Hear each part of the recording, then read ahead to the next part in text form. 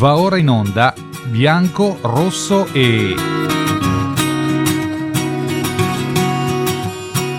in collaborazione con l'Associazione Italiana Sommelier e la Federazione Italiana Sommelier Albergatori e Ristoratori.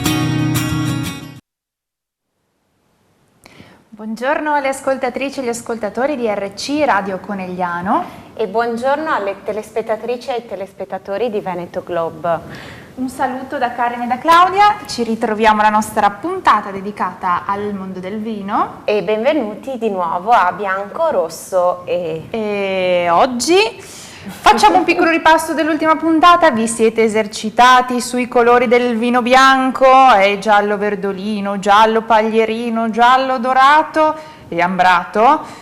Vi sarete resi conto, forse, se non l'avete ancora fatto, prendete in mano il bicchiere e fate un esperimento, che non è proprio semplice, non è tutto bianco, nero, bianco, rosso, ma insomma ci possono essere delle sfumature.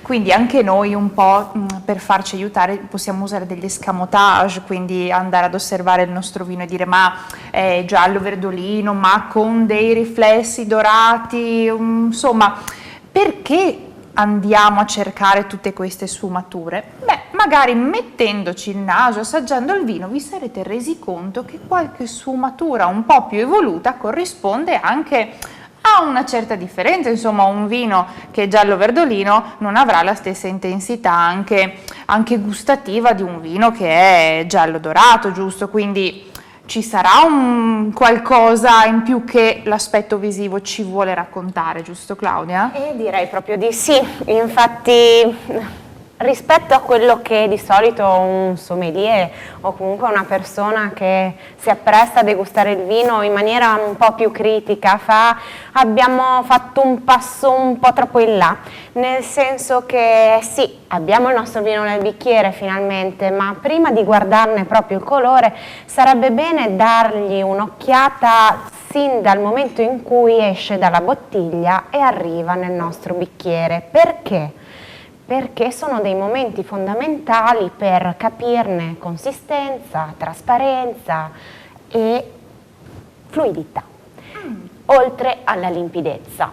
Quindi ci apprestiamo oggi a guardare questi aspetti dell'esame cosiddetto visivo del nostro vino e iniziamo appunto dalla cosa un po' più facile, più veloce, vero Karen? Parafrasando, stai cercando una scusa per giustificare il fatto che noi andiamo grandi rotazioni sul bicchiere e poi un'altra volta non me lo vuoi far bere subito sto vino? Assolutamente perfetto, no, perfetto. Piano piano, tempo al tempo. Ok, allora io prendo il mio bicchiere, comincio ad agitare e la prima cosa che posso osservare è come scorre.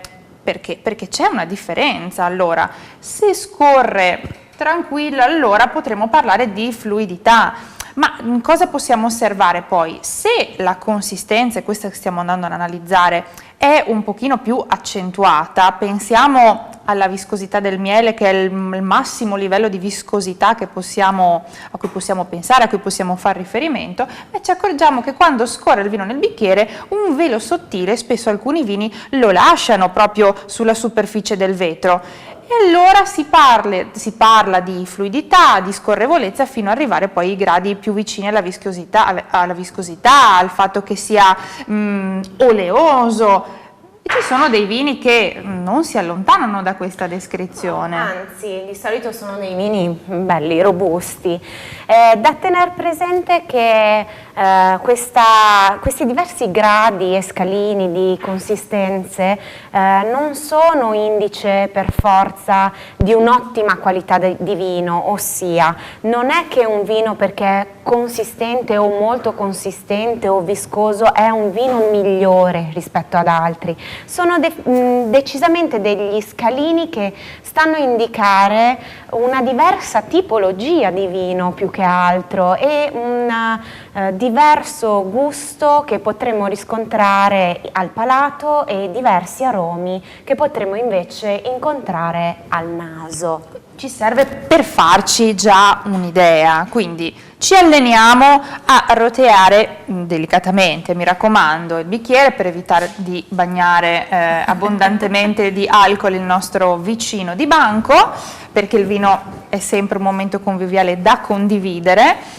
Tanto va bene anche da solo. Va bene, dai Claudia, per stavolta ti faccio compagnia e quindi proseguiamo nella nostra analisi. Vi renderete conto poi che c'è una differenza se prendiamo vino bianco come stiamo facendo adesso, oppure se prendiamo invece un bel bicchierone di vino rosso. E allora cosa andiamo ad analizzare? Allora, il primo gradino da affrontare è quello appunto di prendere il bicchiere, alzarlo e metterlo contro la luce per vederne la limpidezza. Di solito la limpidezza è data dalla presenza o meno di particelle in sospensione nel nostro vino. Solitamente è più facile riscontrarla in un vino bianco, ma anche un vino rosso può essere tranquillamente trasparente. Nel vino bianco avremo anche delle evoluzioni poi per arrivare a dei vini passiti che possono rifrangere e far passare talmente tanto in maniera bella e lucente la luce da poterli definire cristallini e addirittura brillanti, però sono caratteristiche, diciamo, il cristallino è più caratteristico di un vino frizzante e il brillante su un vino fermo lo si ritrova magari su un passito, appunto. Certo, questo dopo ne parleremo, affronteremo l'argomento, però ovviamente adesso stiamo un pochino mettendo il dito nella piaga per alcune caratteristiche del vino, come per esempio appunto la torbidità, dalla trasparenza alla torbidità. Allora facciamo un piccolo appunto, perché ci sono vini, e ce ne sono nel nostro territorio, che quando ce li versano sono un po' torbidi, e allora di solito lo sguardo è di terrore. Non prendete paura, assolutamente, perché questi vini, chiedete insomma anche di che vino si tratta prima di essere presi dall'ansia della torbidità, perché può essere che voi stiate per assaggiare un vino che qui in zona viene chiamato col fondo, quindi la torbidità è sinonimo del fatto che i lieviti che hanno lavorato dentro la bottiglia sono ancora lì, ma c'è un motivo, è una scelta ben precisa quella di mantenerli ancora lì. Allora avete due possibilità, quello di berlo con i suoi lieviti, quindi con una certa torbidità, oppure lo potete scarafare, ma in quel caso il nostro parametro di limpidezza è un po' fuorviante, quindi fate attenzione al vino che avete nel bicchiere. Sì, appunto, perché ci sono delle tipologie che prevedono torbidità, ma tendenzialmente un vino non dovrebbe avere particelle in sospensione. Esatto. Ma passiamo alla consistenza, che è il secondo scalino che quest'oggi ci poniamo di fronte. Dopo aver appunto innalzato il nostro bel calice e averne valutato limpidezza, possibilmente anche colore con le trasparenze e le vivacità di cui abbiamo parlato la scorsa puntata, ci apprestiamo a vedere come rotea nel bicchiere. Fondamentale già vedere come entra il vino nel bicchiere, come vi dicevo all'inizio puntata.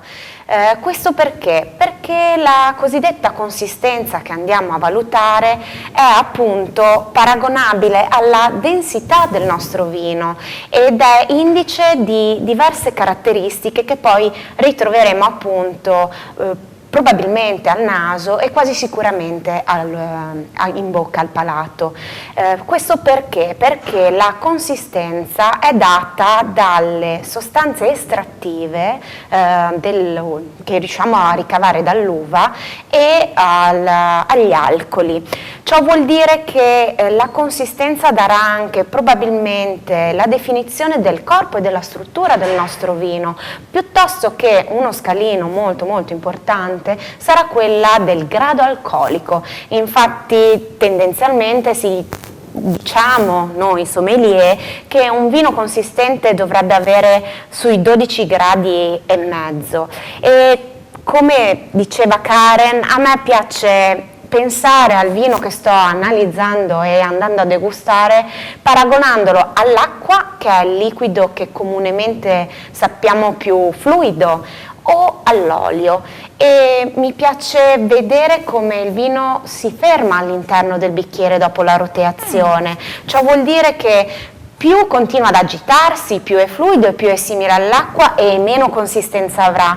Invece quando, io lo dico proprio in termini non proprio, come dire, da sommelier, si pianta nel bicchiere, quindi dopo una bella roteazione, pop, si ferma, proprio si immobilizza, ecco che lì abbiamo una consistenza molto più simile all'olio.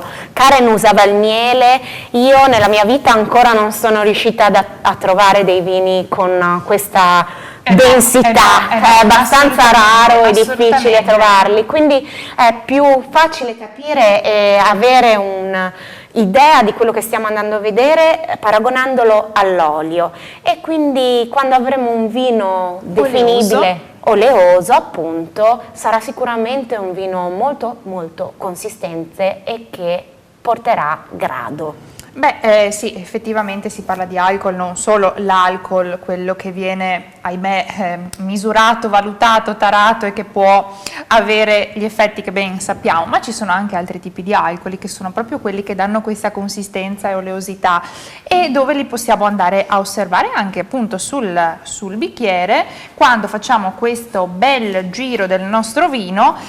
Spesso e volentieri, se osserviamo contro luce, ci accorgiamo che queste goccioline non cadono sempre nello stesso modo, si formano i cosiddetti archetti. Gli archetti, non l'arché per tutti gli ascoltatori che hanno fatto un po' di greco, ecco, gli archetti. Più vicini sono questi archetti, più questa oleosità si avvicina un po' alla consistenza di cui parlava Claudia, e più questo vino sarà complesso e probabilmente anche più alcolico. Per cui, ovvio, ci sono i vini liquorosi, i vini passiti, che già sono stati concentrati, che hanno sempre qualche grado in più, dobbiamo sempre farci un po' di attenzione quando li assaggiamo, perché ovviamente sono dolcissimi, sono buonissimi, ma si va su un po' coi gradi. Ecco che i nostri archetti saranno un pochino più vicini, quindi abbiamo spiegato perché facciamo queste operazioni. Sì, e oltre all'archetto stiamo anche a prestare attenzione alle lacrime, quindi alle goccioline che scendono, più velocemente scendono e meno consistente sarà il vino, e viceversa. Quindi, signori miei e cari ascoltatori e ascoltatrici, i sommelier non agitano il bicchiere semplicemente per sprigionare questi profumi e questi aromi che in teoria con la chiusura della bottiglia si sono un po' soffocati, o non è che vogliano fare una danza per ammaliare. Ah no? No, invece c'è proprio un motivo al fondo di questa nostra gestualità. Sì, però Claudia, io devo fare un appunto, perché anch'io come il bicchiere ogni tanto mi agito, perché se avete un calice di bollicini, cari ascoltatori e telespettatori e ascoltatrici e telespettatrici, non me lo agitate, per piacere, perché si sgasa. Le bollicine servono già a far venire su gli aromi. Mi sono agitata un po' troppo, Claudia, sì, forse no, un po'. che sgasa il vino. Ok, no. Mi rigaso un attimino, mi ritaro, perfetto. Allora, le bollicine ci sono nel bicchiere perché ci sono state messe anche con lavorazioni spesso e volentieri molto molto lunghe.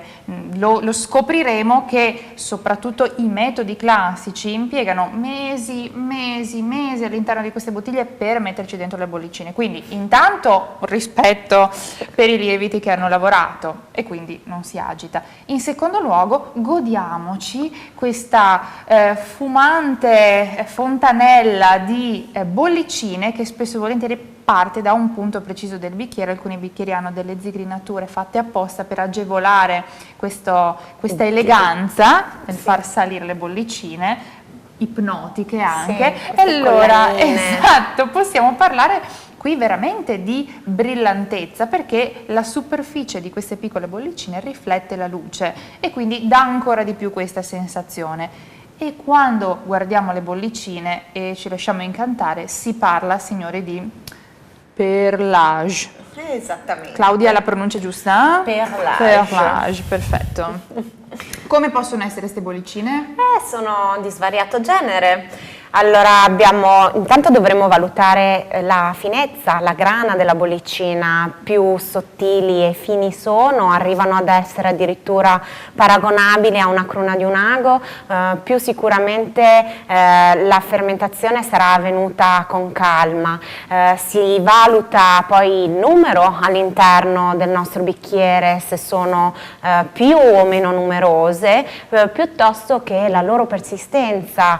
Si noterà poi anche la schiuma, quanto persiste, la cremosità, sono tutte valutazioni che andremo a fare per capire la qualità del vino che stiamo andando a bere.